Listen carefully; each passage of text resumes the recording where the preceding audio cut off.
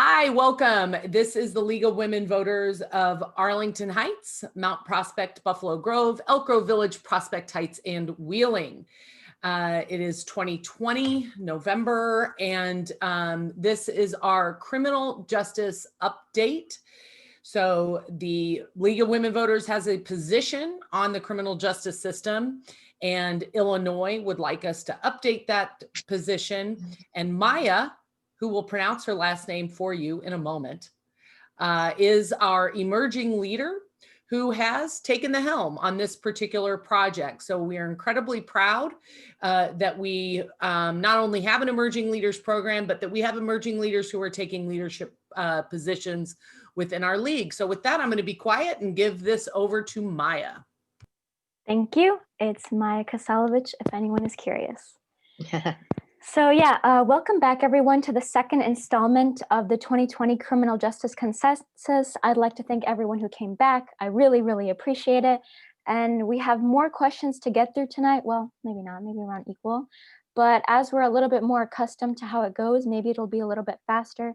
And I also took the liberty of shaving off a few leading questions. Hopefully that won't affect too much.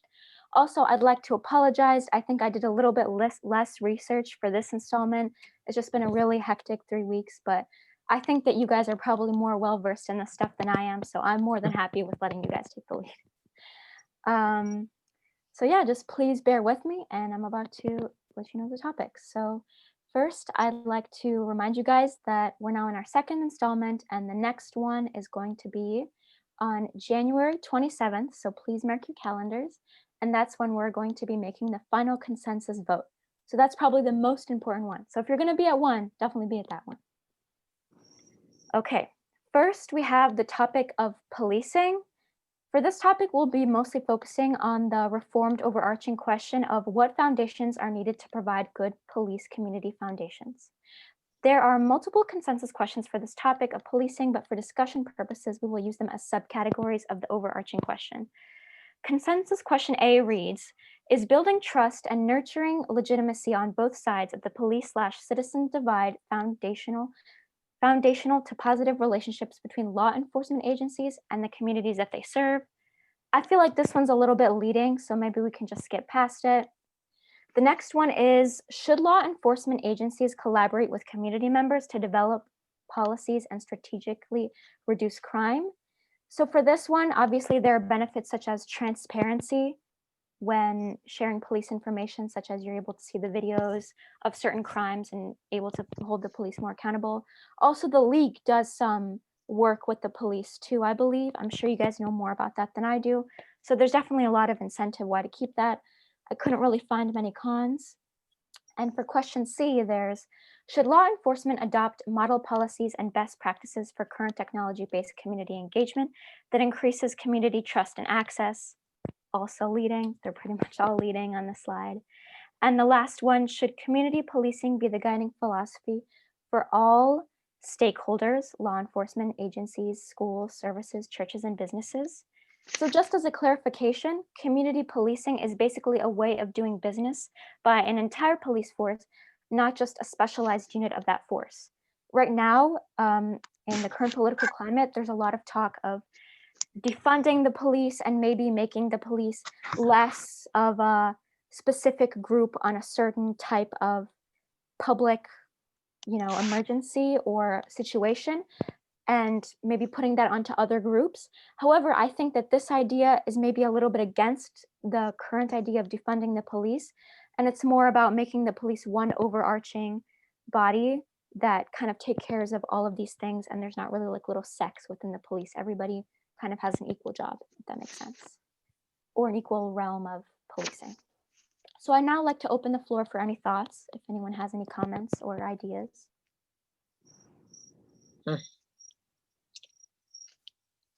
Well, I was talking to somebody about the, I think it has to do with consensus question D, QD, is that there is a push to have policemen, police persons trained. Like, for instance, you have a police that is also a licensed clinical social worker, because so often they're dealing with, for instance, mental health issues or homeless issues, but it's not that it's separate.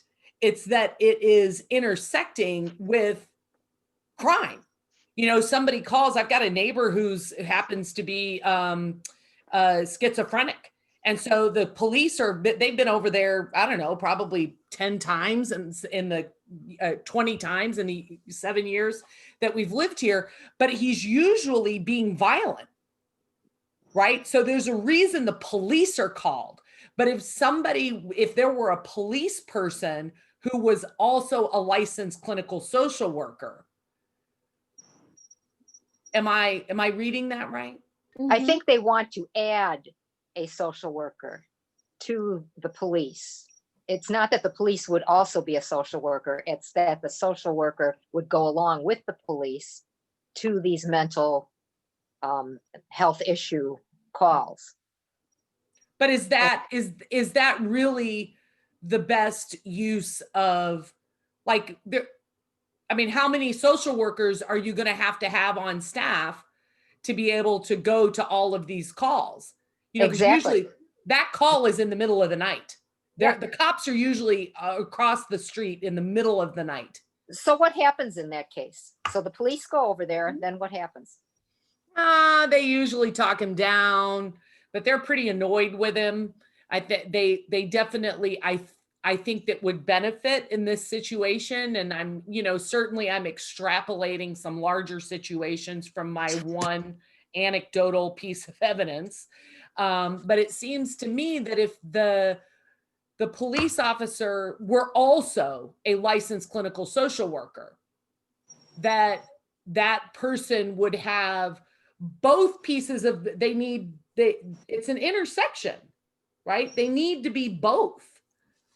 Yeah, but I think that's pretty unrealistic, expecting police officers to also train to be clinical social workers. That's a whole degree right in itself. No, and they're not saying that you would have like every police officer, but they would have maybe one police officer with that per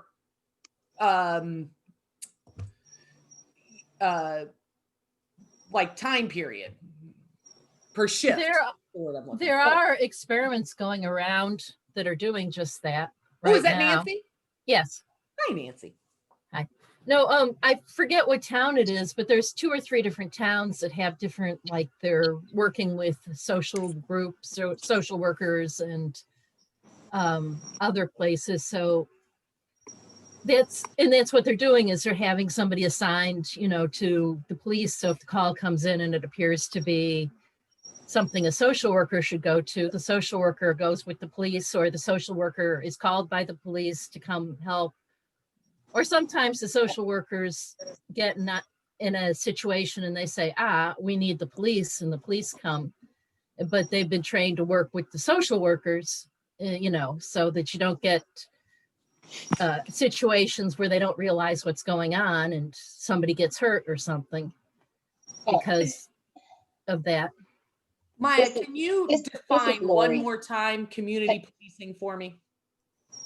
Sure. So according to the League of Women Voters, they identify it as a way of doing business by an entire police force, not just a specialized unit of that force. That's a real vague definition. Yeah, I don't even understand it. I'm not quite sure what is intended by that question. This is Lori. Right now, there's 2 things that happen. There's a few communities, as Nancy said, that have special programs. The one that is probably the best known is in Bend or Eugene, Oregon. And they have social workers that work for the police. And if it's a mental health crisis call, they go out instead of the police. And then if they need backup, they call. And about, I think the statistic is about 10% of the time they need actual policemen to come. There's another program that's used currently here. There's quite a few police officers in our area that have been trained, and I can't think of the name of the program, but they're trained as, what to do in a crisis, a mental health crisis. But they're still police officers, so they'll sit through a 2-hour or 4-hour training program to help them understand, what people are going through. But it's not the same by a far stretch as being having a social worker there at the site. There was going to be a bill introduced this fall, of course, that's all canceled, but that would require social workers to be on police, on the police force, to be involved, however they would work it out, to be on these calls. From my point of view, I would far rather have a social worker answering those calls than I would a police officers. Right. So what happened with that bill? Is it going to be in the lame duck session? Do you know? There is no lame duck session. Everything's canceled. Oh, well, I'll take it back. The lame duck session, I'm not sure. So the last I heard, the black, I was thinking of this 2-week short session that got canceled. Yeah, that's That's the veto session. yeah, that right. got canceled. Right, that got canceled. The Black Caucus was working on some issues, and I'm not positive where it's at. They don't have anything in writing.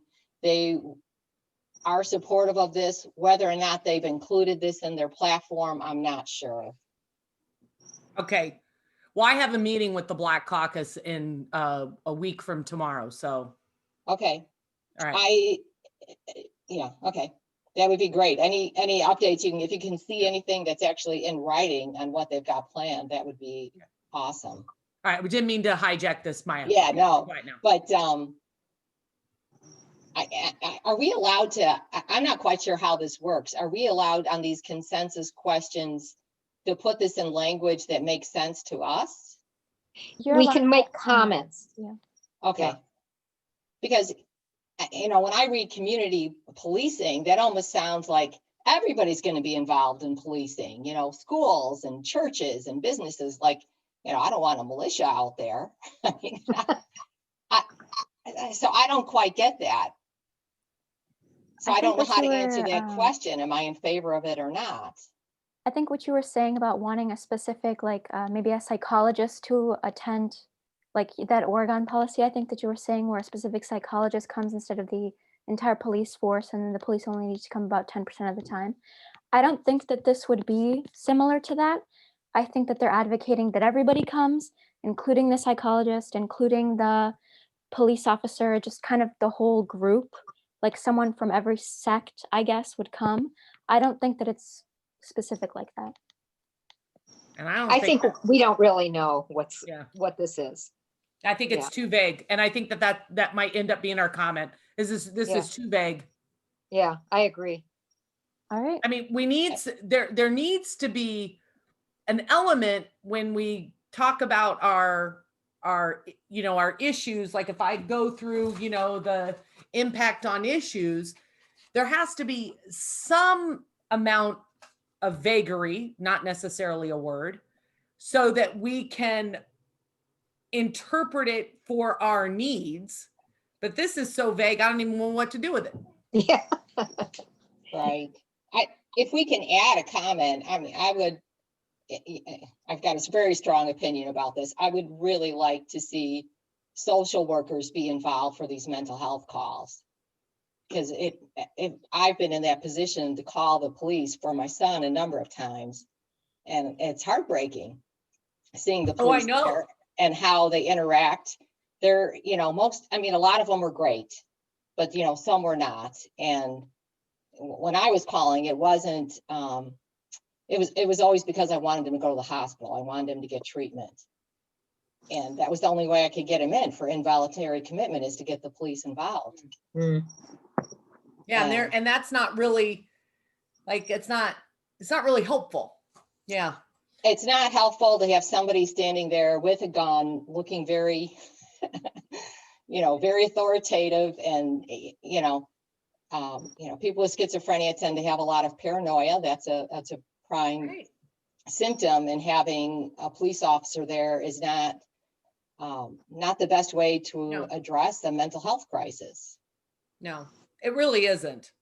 I can see that just, in like just being across the street from it, it breaks my heart.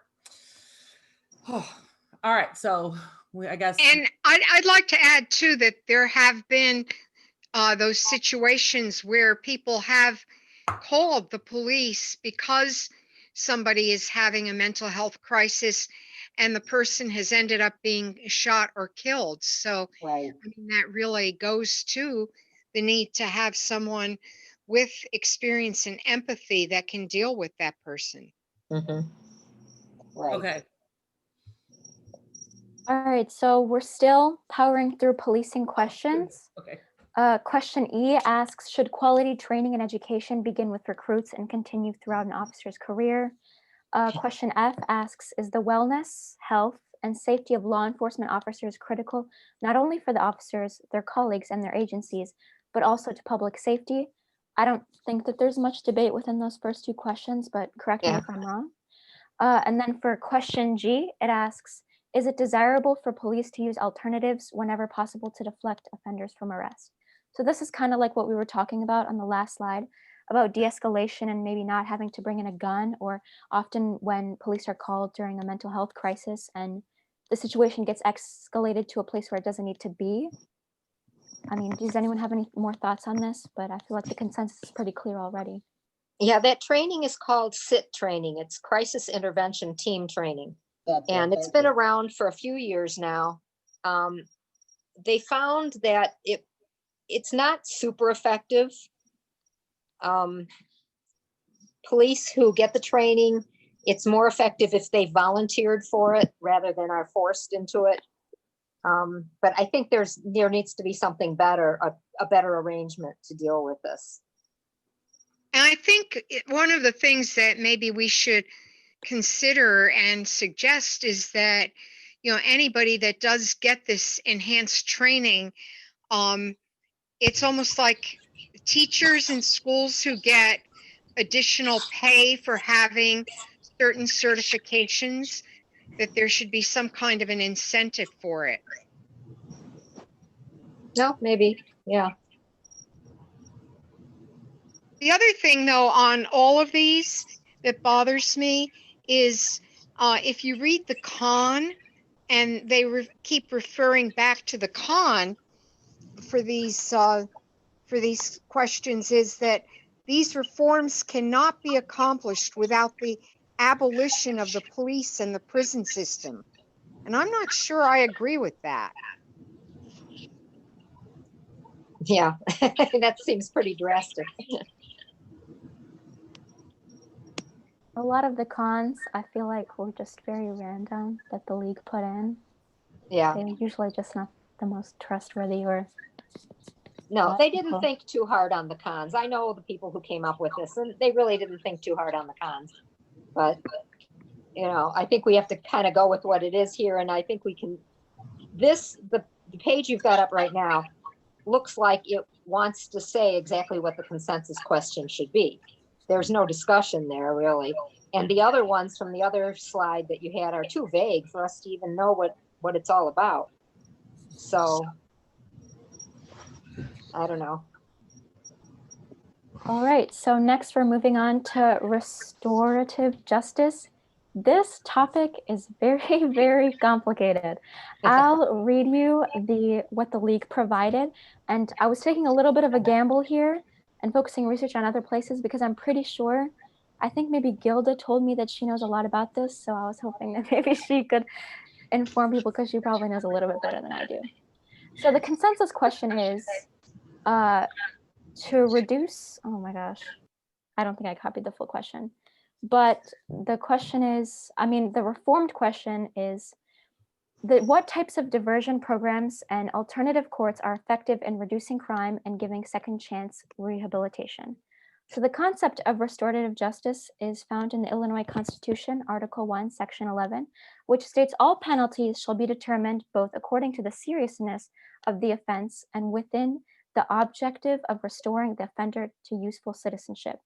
Our traditional system of justice is an adversary system in which opposing parties present evidence and challenge the strength of the opposing party's case. The system rests on the assumption that such an adversarial process will result in a just outcome.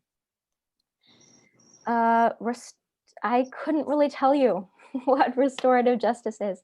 I was hoping that maybe Gil could take the lead on this. Yeah, one. I'd be glad to talk about it.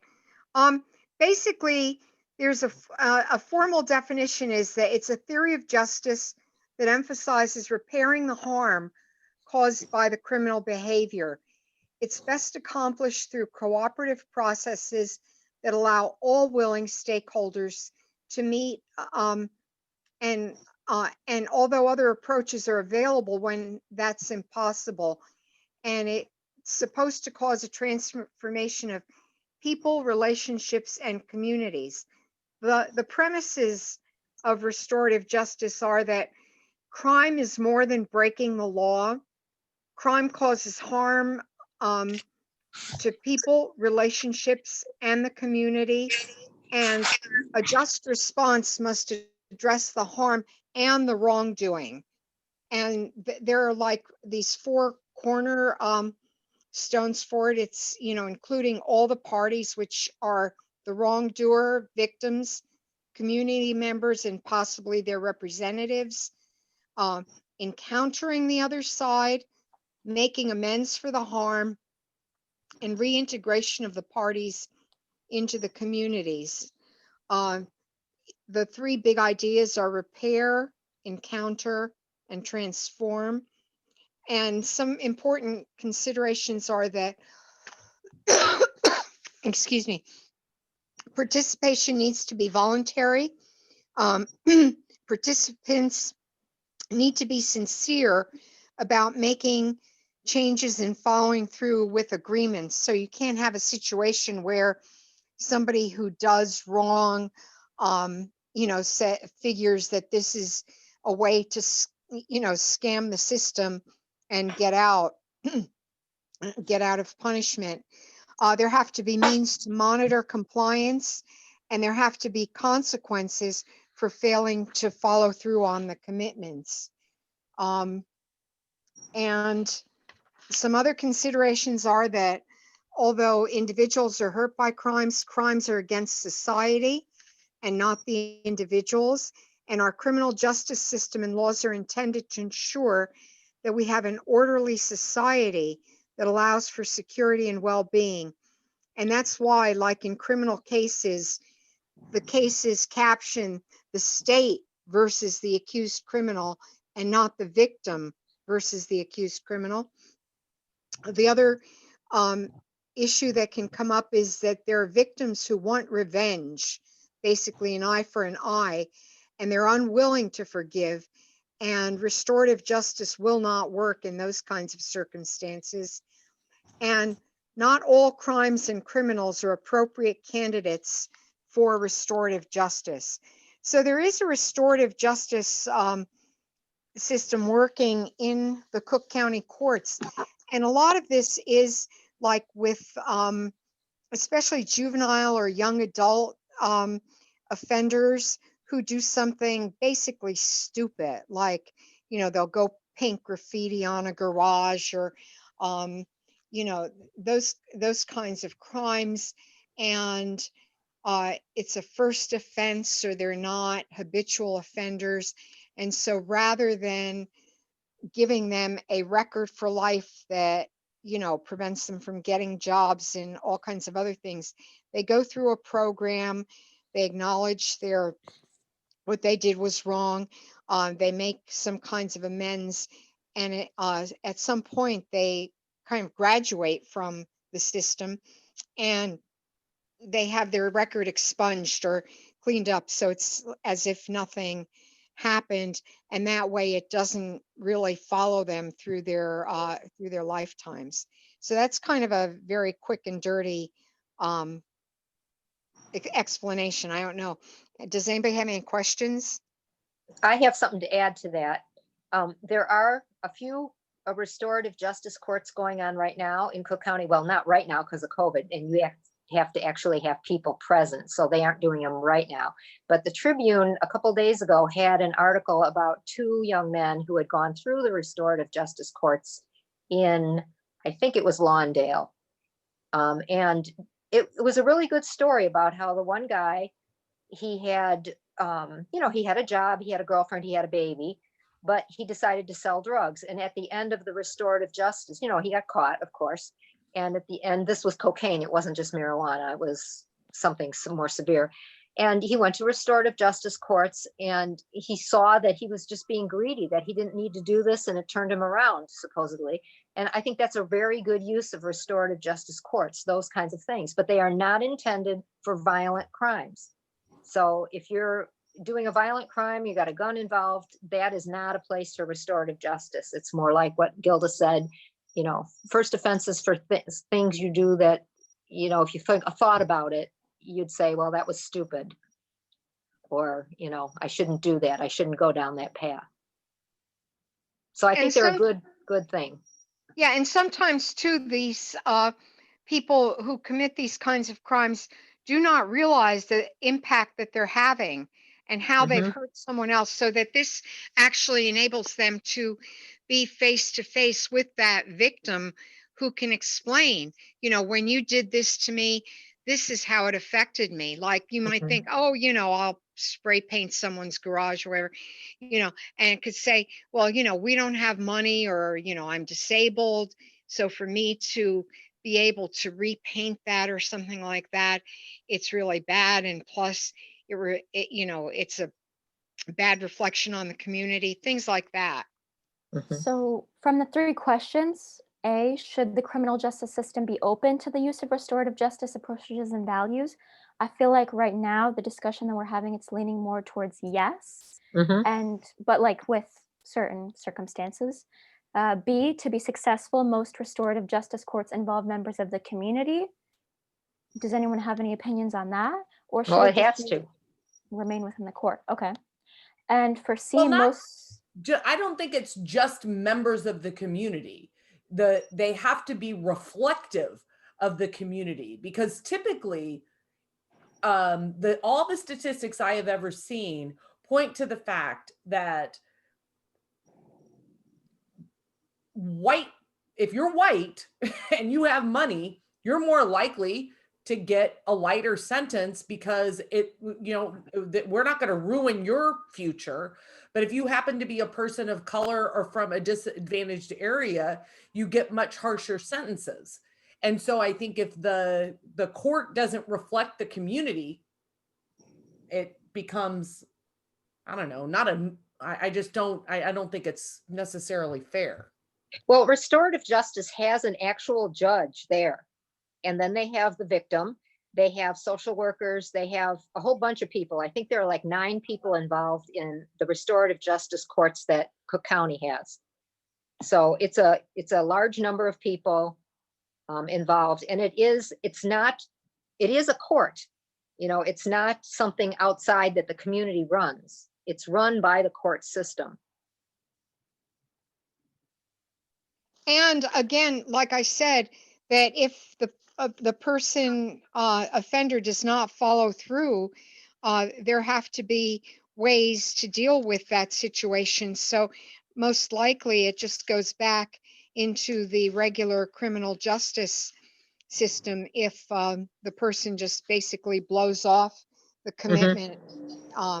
But yeah, I mean, it's still, the person does have a record until it's expunged. So, and there's also something that you can run off from the website, the league website. There's a brochure on the Restorative Justice Community Court, and they have it in North Lawndale. So for the sake of time, I think we should probably move on to our next topic, which is emerging adults.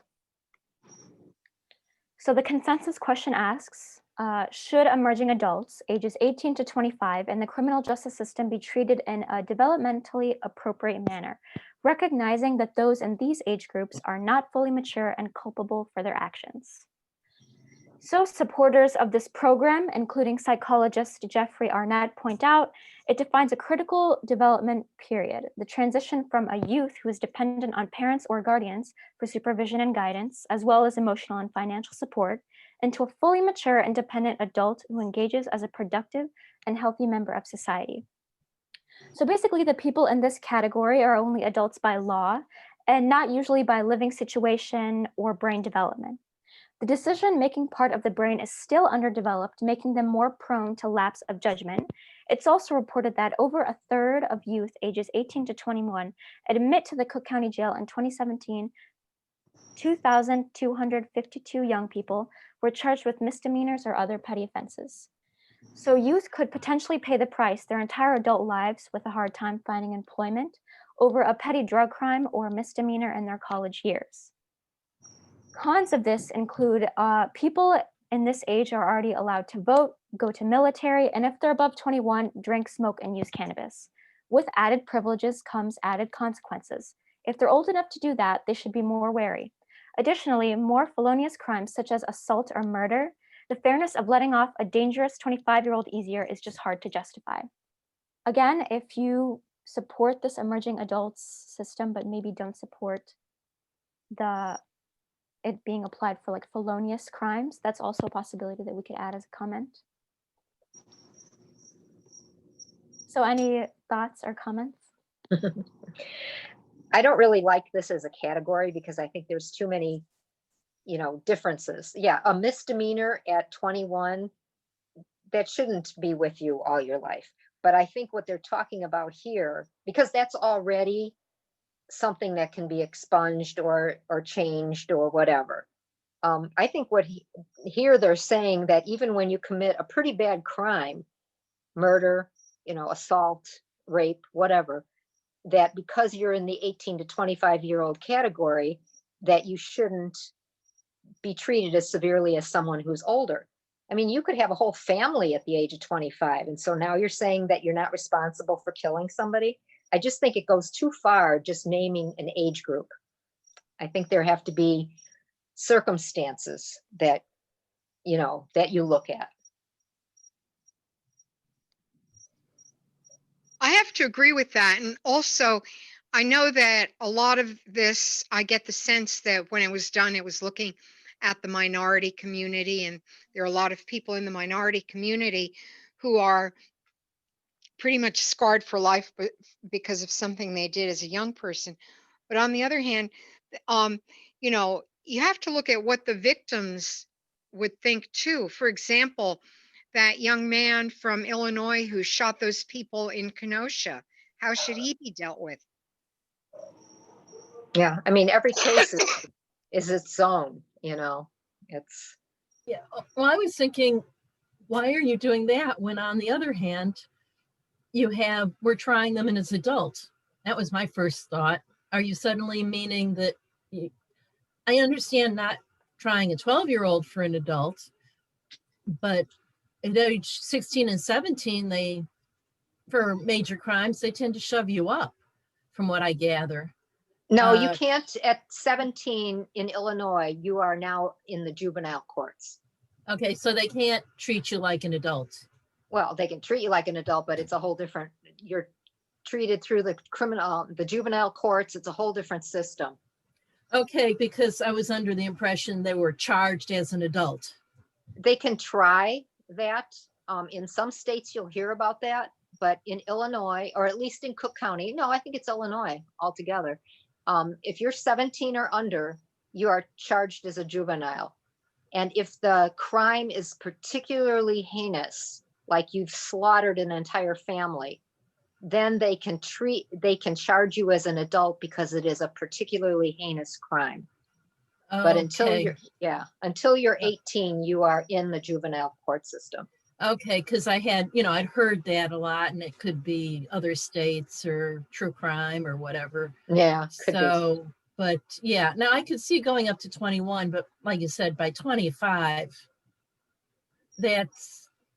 you could have you could be a parent many times over, Yeah. You should be treated as an adult. Yep. Yeah, maybe you do something like up till 25 for a misdemeanor or something, or if you don't do jail time or whatever. But So what I'm once gathering again- is that because of the broadness, it's just hard to say yes to. Mhm. Okay, we can comment that, but also leaning no, I'm guessing. Okay, we can Yeah. move on to our next slide. Courtroom procedures and access. The consensus question is, should barriers to and within the courthouse and courtrooms be eliminated whenever possible? So maybe you would like to see the league's current position on this for a little bit of context. The league supports improvement in courtroom procedures that serve to minimize confusion and delay and increase fairness and efficiencies. Trials should be prompt with a limit on the time the accused can be held in jail prior to trial. Sufficient numbers of well-trained judges, assistant state's attorneys, public defenders, and other court personnel are essential. Uniform standards should be used for appointing public defenders. I feel as if this question is a little bit leading, so if you would maybe want to discuss something else, you could talk about how can barriers to and within the courthouse be eliminated. But again, this is all very hypothetical, I'd say, and in a perfect world, I don't think anyone would disagree with it. Yeah, I mean, it sounds like our current position pretty much covers a lot anyway. Trials should be prompt. That's a basis for courtroom procedure. However, there are circumstances. I just listened to the budget hearings for the chief judge of Cook County, and he said 85% of the cases get settled or done within 2 years, another 9% within 3 years. And he said there are some cases that are still, after 10 years, haven't been solved yet or haven't been gone through the court system yet. They're ready, but they just haven't gone through it. And I think it's, COVID has made everything stop. So you've got circumstances that just come up. I think our current position covers it quite well. And I don't, when we listen to court proceedings, there are microphone issues. There are issues where we're not sure if the defendant understands what the judge said, those kinds of things. But I think that is already covered. I don't know what else we would add to that. The league explanation mostly focus on inaccessibility for disabled clients, such as visually impaired, hearing impaired. But I mean, I don't think anyone would think that there shouldn't be aid for those people. Right. Yeah. So I think, and I don't know the current one about uniform standards should be used for appointing public defenders. I wasn't around when that came up or when that was made, so I don't even know what they're talking about there. There must have been an issue for them to say it, but I don't know. Okay, so since this one doesn't have much discussion, I'm just going to move on. Yep. To sentencing laws and procedures. So the first one is a bit of a logistical one. Should we delete from existing position? The league believes that there should be strict penalties and enforcement for all crimes committed with a handgun or an assault weapon. This one's pretty self-explanatory. For pro, sentences should be dependent on the actual crime that occurred and not based on what type of weapon is used. Like, for example, while gun crimes are more prone to result in higher sentences, a crime with a bat that hurt more people than with a gun should be reprimanded more. However, on the con side, by lowering the penalties, it could make streets more dangerous as there's less fear of legal reprimandation, so more gun crimes might occur. Does anyone have any comments for this question? I think when you bring a gun to a crime that you're going to do, I think it just makes it much more likely that something worse will happen. It makes everybody in the whole situation more tense and more likely to use the gun because it's so easy to use. If you have to knife someone or punch them, I think that takes a little more. And I'm not saying this is for every single crime, but the league has a pretty strong position against gun violence. And this seems to me to be giving an out to it. And if we're against gun violence, then let's be against it and not say, well, he had a gun, but that shouldn't matter. I think it should matter. So it's an issue of consistency. No, I think it's an issue of, I think bringing a gun to a crime increases the likelihood that someone will get killed or hurt and makes the whole crime worse. Okay, any other comments? All right, so for the next question, should evidence-based practices and best practices guide sentencing laws and prosecutorial decision-making? I think this one is also self-explanatory. I Yeah. can't believe what else it would be based on if not evidence-based. So I think we could just move on to question C, which is, should sentencing take into consideration the public health issues involved in any crime committed? So for the con side of this one, it actually mentioned that it's a little bit too broad when obviously this question is probably inferring about mental health issues, which are already considered in crimes committed. However, I think that now that COVID-19 is a thing, there might be a different layer to this question. I don't know if they quite intended this, but now that COVID-19 is here, you know, it brings a lot of questions like, could extra charge be added for violating restrictions? Or is it included in someone's right to protest when they not wear a mask? And could it even be considered, I guess, negligent homicide in extreme cases if like an establishment is refusing to abide by restrictions? I don't know. Does anyone have any thoughts for this question? This is more of like just a hypothetical one. Those are really good points that you raised. I don't know that they had that in mind, but right. They when did I first- not. This was Yeah, when I pre-corona. first read public health issues, that's what I was thinking of is, really COVID-19? Like they're going to write something specifically for a pandemic that hopefully passes, but My thought was somebody doing some sort of biological weapon type thing, like that cult that sprayed something or other on a salad bar back in No. the day, if anybody remembers it. You know, so they were literally using, you know, I forget what they sprayed on, but, you know, that could spread and cause problems, or, you know, just the public health of, oh, something happened to the salad bar and every salad bar in the, you know, city gets closed down, that sort of thing, which is probably way off from what they're thinking. But that was the first thing that popped into my mind. Yeah, I don't understand what they're trying to get at with this question. Because if you've already been found guilty of something, because otherwise you wouldn't be sentenced, and take into consideration the public health issues. I know they were not thinking of COVID because when this was written, COVID wasn't even around. So I don't understand this one, how it would differ from regular sentencing. Yeah, I mean, I think that it should be okay to answer with COVID in mind because that's the new reality. And I honestly don't think that the pandemic is going away anytime soon.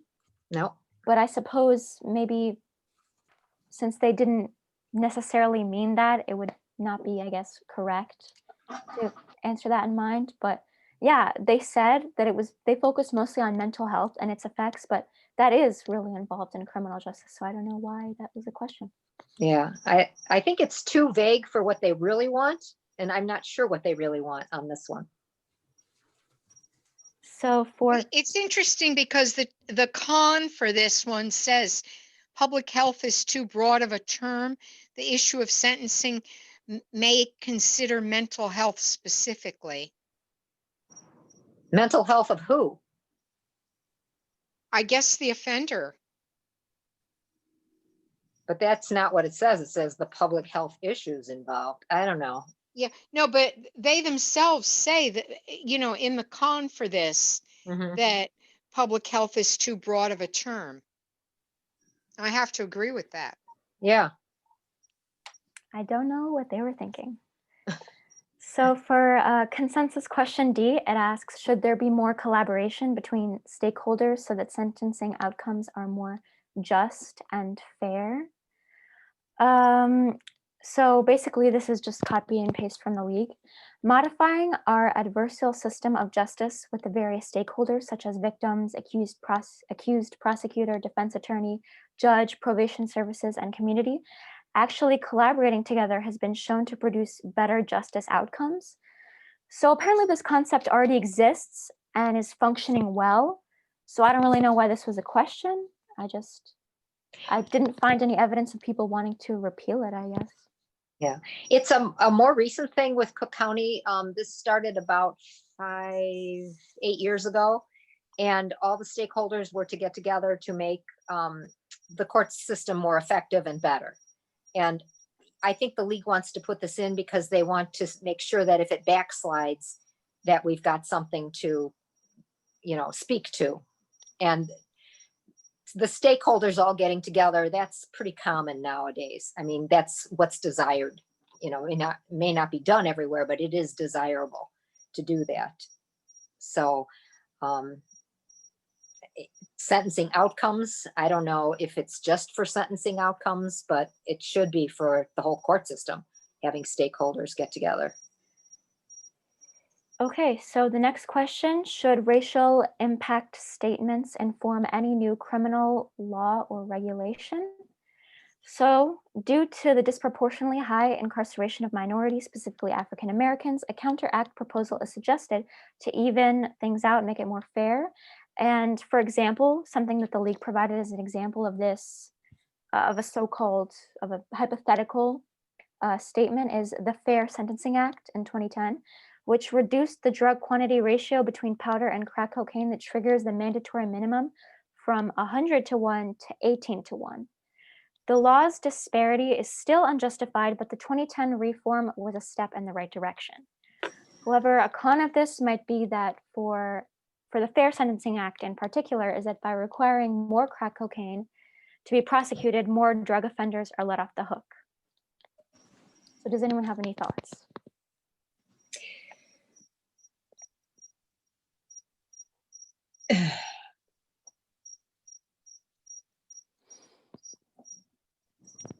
I think it's weird to say because 18% or 12% or whatever the population is this, then they should only be convicted of 12% of the crimes. I mean, that doesn't always follow that you're in a percent that goes with a percent of your population. I think what the example of the cocaine versus crack is a good example. Yeah, there shouldn't have been that big of a difference between the punishment of those two, but that's already been taken care of. If you're going to have somebody murdered, and let's say a lot of Black people are murdered by Black people, are you going to say, well, we shouldn't be so harsh because not enough white people are being convicted of this? I think that's ridiculous. Yes, I think maybe what the league meant was focusing more on the prosecution of drug crimes, I'd say, from the examples that they provided, or at least the ones that I looked at. And for those, many people would say that maybe some of them are not really that important and mostly targeting these communities that they know are underdeveloped and have more crack being sold to them. And it's kind of being used as a device to just put these people into prison without really them needing to be there, I guess is the word. Yeah, Yeah, And I mean, then- that sounds right, but it's not, actually, now I'm reading it again, it makes sense. I misread it the first time. But honestly, I think in some ways, instead of sending people to jail because of drugs, they probably should be sent to hospitals. So should be out of the criminal system anyway, for the most part, my view. Lake County Rather does than that. racial. Lake County does that. You show up to the police station and you ask to be put in, they'll take you to a recovery hospital as many times as you show up. Yeah, that's the same as Elk Grove Village, actually. Yeah, most drug use is not even being prosecuted very much at all anymore. For any drug use, it's drug selling of real severe drugs. That's pretty much all that's being prosecuted, at least in Cook County. Okay, so I'm feeling that this one is probably a no, mostly because of just the example that they provided. Well, it says any new criminal law or regulation, so that doesn't cover just drugs. It covers everything. I'm trying to think of a situation where, perhaps there's something that goes on and it's more prevalent in a minority community just because that is part of that community's culture or background and stuff like that. I'm thinking about things like, let's say, dog fights or cockfights or things like that, that probably, I haven't heard of them in white suburban communities, and yet I've heard of it in minority communities. Now, if somebody is prosecuted for that, because it's kind of an accepted part of a certain community, does that make it okay? And would, for example, the PETA people say, yeah, okay, fine, it's because it's part of that culture, it's okay?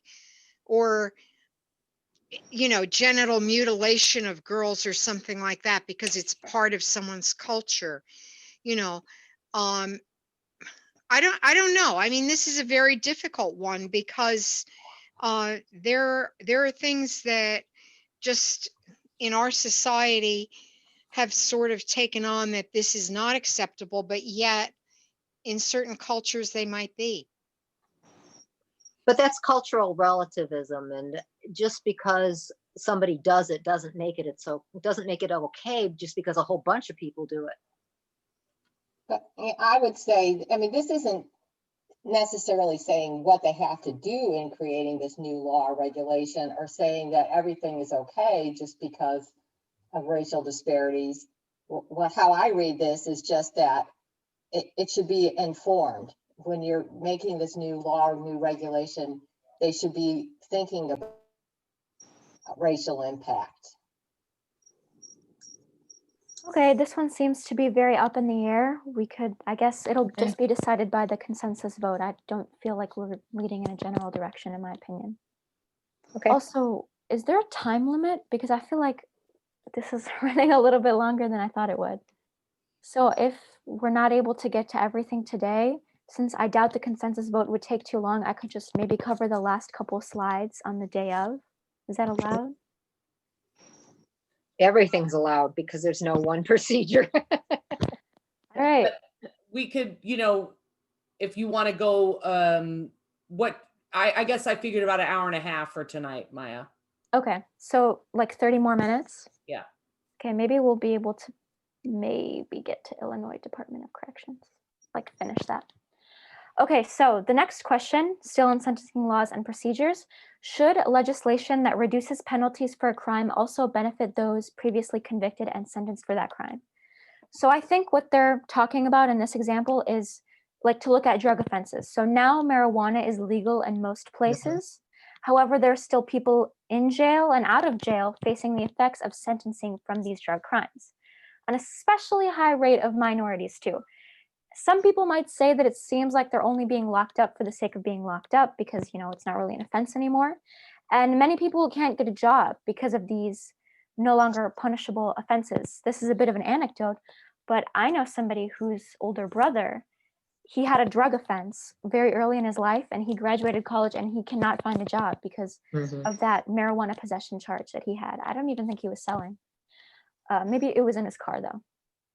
And so on the con side, however, it was illegal at the time of their conviction and they broke the law. And as the league says, if you do the crime, you got to do the time. So any comments or thoughts?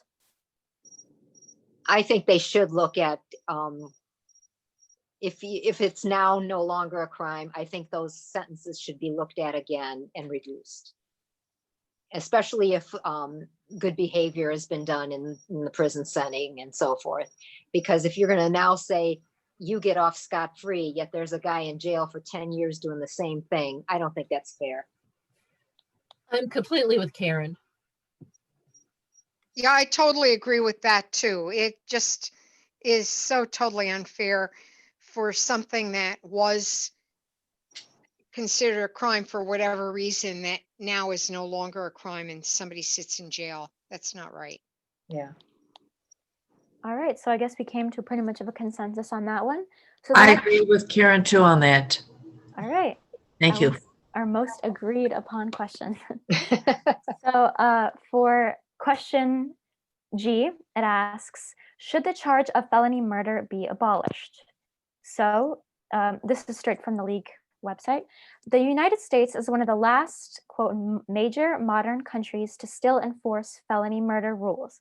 Because of its broad reach, quote, the felony murder rule is widely criticized because it can lead to murder charges for people with little or no involvement in the death. For example, someone who drove the getaway car. Basically, the pro side is against someone being charged for murder by association. However, on the con side, even in doing something such as getaway car driving, the person understands the risks involved and acts in sort of a reckless neglect for human life. I guess some people could compare it to like if you were just, maybe not drunk driving, that's kind of different, but if you're driving and you're just not really caring, well, it wasn't your intent and you're just there by, does that make sense? Maybe that wasn't the best example, but. Felony murder means you did not actually murder the person, but you were there as part of a crime. Like you were going to carjack somebody, but the guy you were with killed that person. You would be convicted or charged with felony murder. So I think there's a middle ground there. I don't think they should get off scot-free because they still were involved in the crime, but they shouldn't be charged with murder because they did not actually do the murder. But there's got to be some, penalty for being there and being part of it.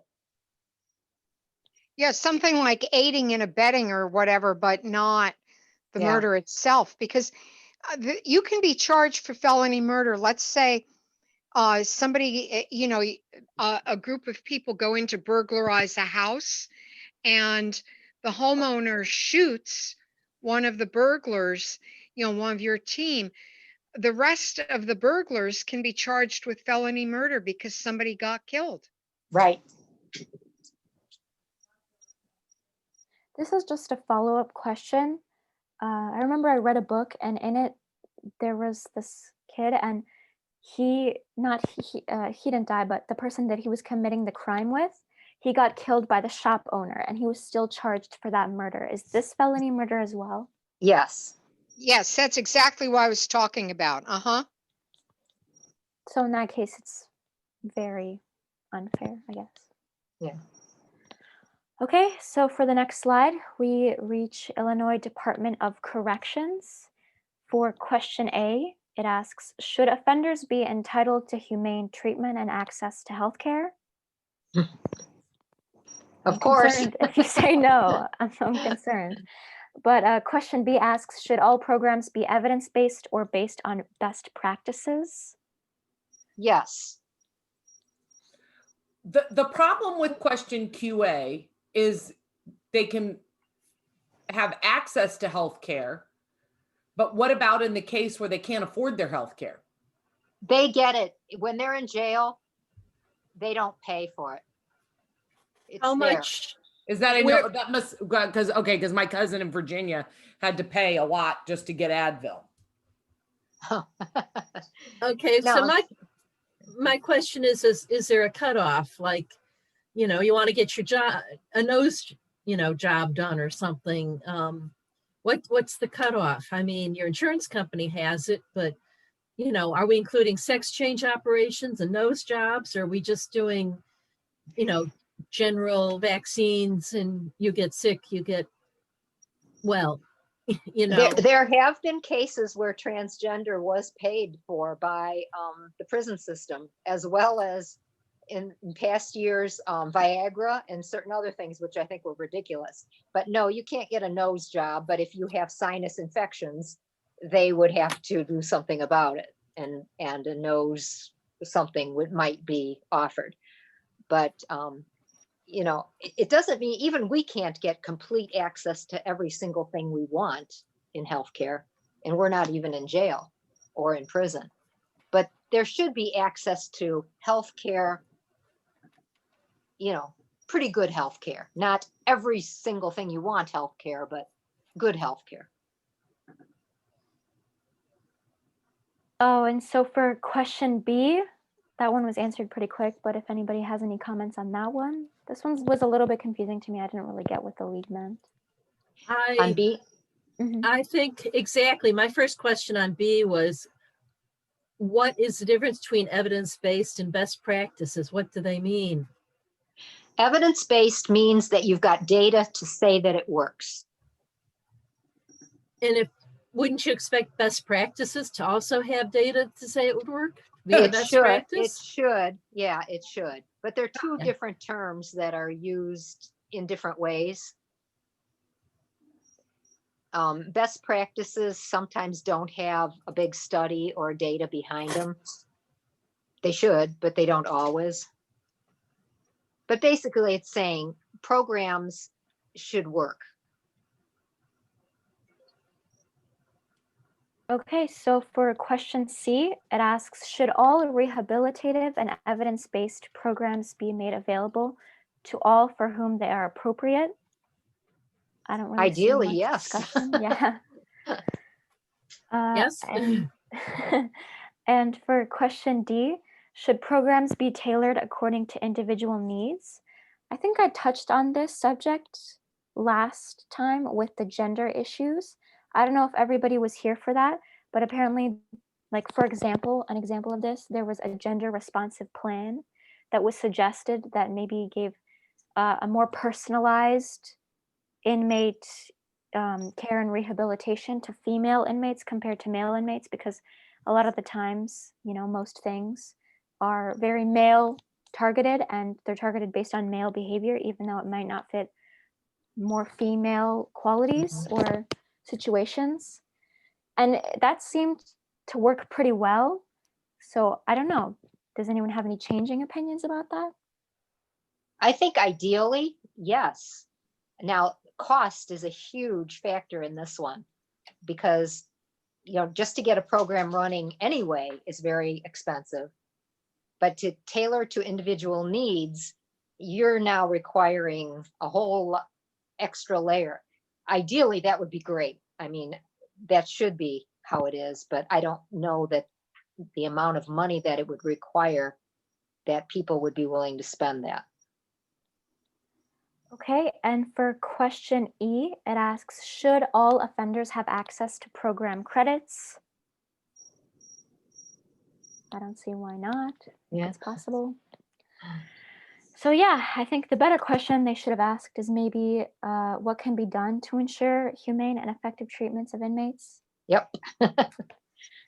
So consensus question F for Illinois Department of Corrections is pre-release planning critical for successful reentry into the community, which I think pairs in well with question G, which asks, are adult transition centers critical in bridging the gap between prison and the community in order to ensure successful reintegration into society?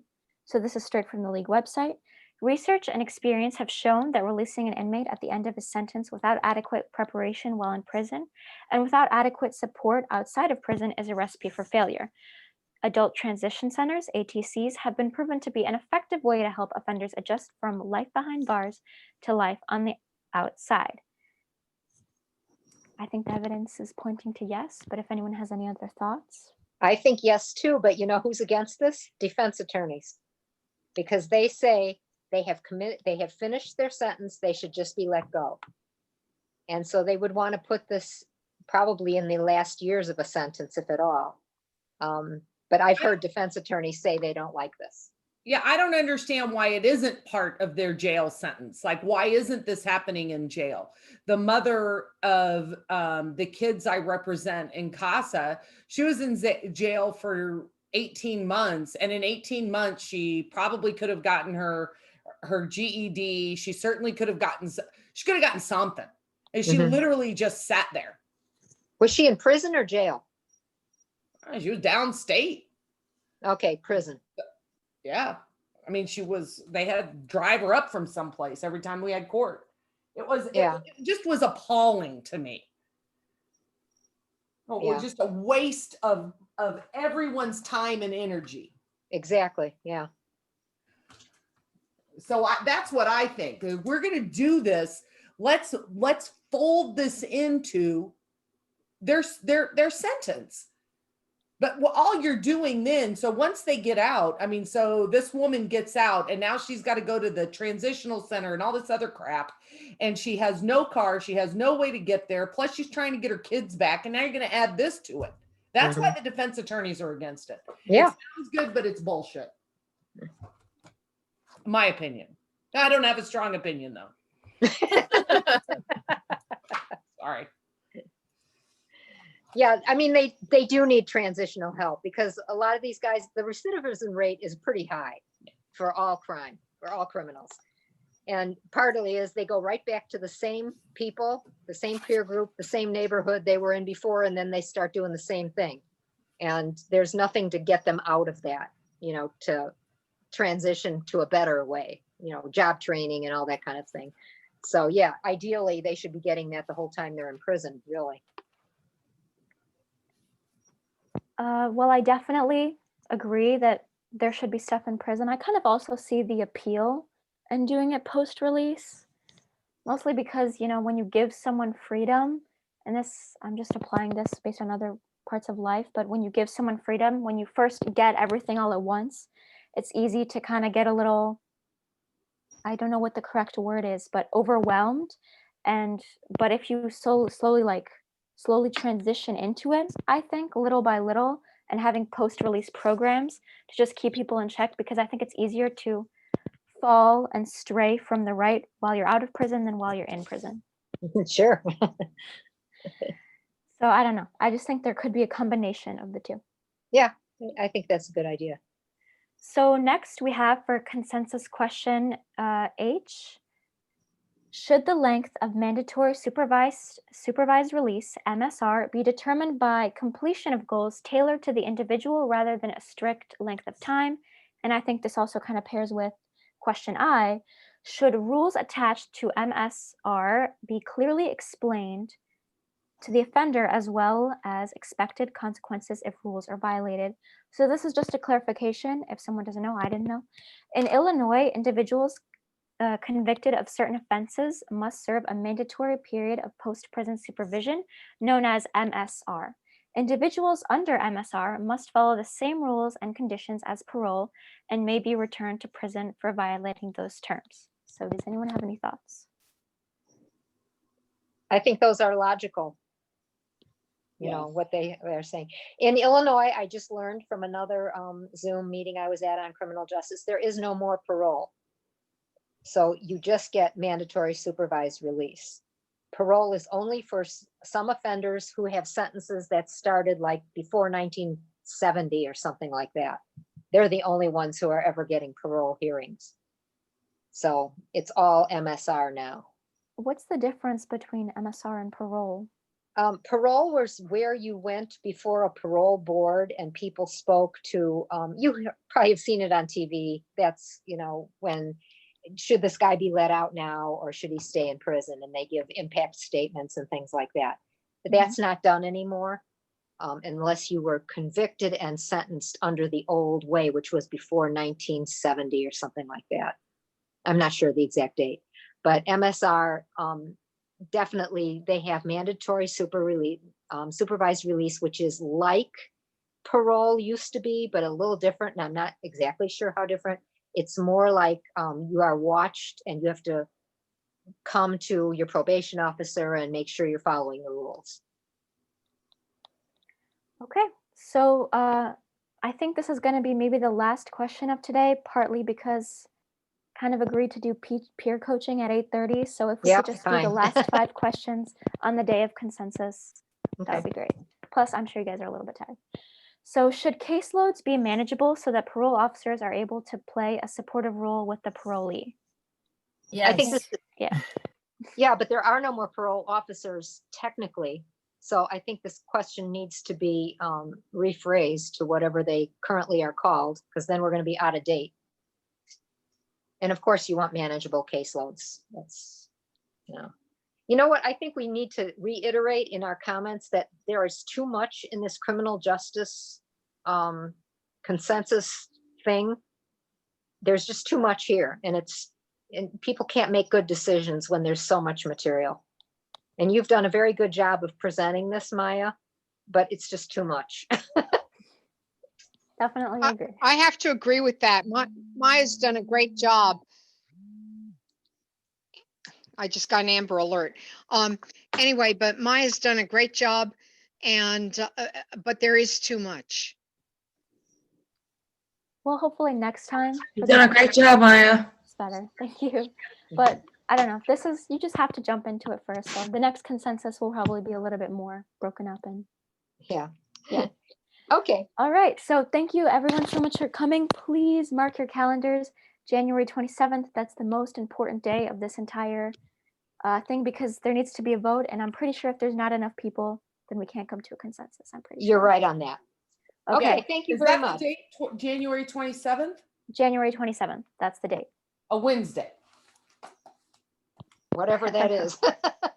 Okay, I had it in my calendar wrong. Oh, okay. That's It the is a Wednesday, yeah. consensus.